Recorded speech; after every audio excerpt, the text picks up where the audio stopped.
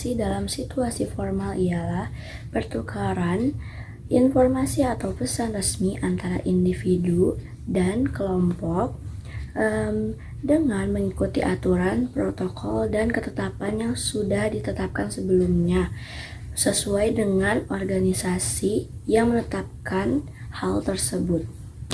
Nah, jadi penjelasan tentang komunikasi secara formal adalah pertukaran informasi antara dua orang atau lebih dalam suatu organisasi dengan menggunakan aturan yang telah ditetapkan sebelumnya dan menggunakan saluran komunikasi secara resmi. Contoh komunikasi dalam situasi formal yaitu ada musyawarah ambalan, ada laporan, ada evaluasi, ada ceramah, dan juga pemberian instruksi.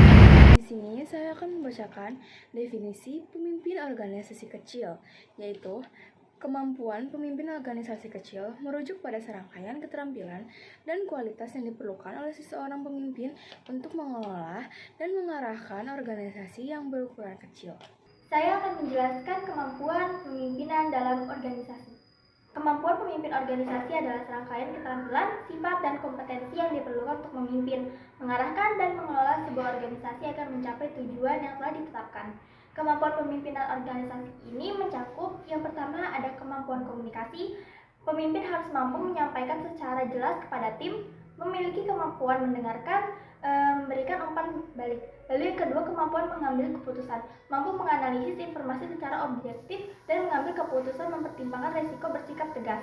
Lalu yang ketiga, kemampuan strategis, memahami situasi internal dan eksternal organisasi yang menyusun strategi yang efektif dan mampu mengelola perubahan dan adaptasi terhadap lingkungan. Lalu yang keempat, kemampuan manajemen tim, mampu membangun dan memotivasi tim, mengatasi konflik dalam tim dengan bijaksana. Lalu yang kelima, kemampuan kepemimpinan inspiratif, menjadi panutan yang memberikan teladan kepada anggota organisasi, mampu menciptakan budaya kerja yang positif dan produktif. Lalu yang keenam itu kemampuan analisis, yang dapat memecahkan masalah secara cepat dan dapat menyelesaikan berbagai macam masalah. Yang ketujuh, kemampuan mengelola emosi, kecerdasan emosional, memahami emosi diri sendiri dan orang lain untuk menciptakan hubungan kerja yang lebih baik. Lalu yang kedelapan itu kemampuan negosiasi dan kerjasama, mampu membangun hubungan yang saling menguntungkan dengan pihak eksternal maupun internal.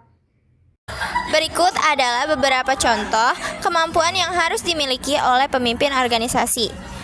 Yang pertama, kemampuan komunikasi yang baik. Yang kedua, kemampuan manajemen waktu.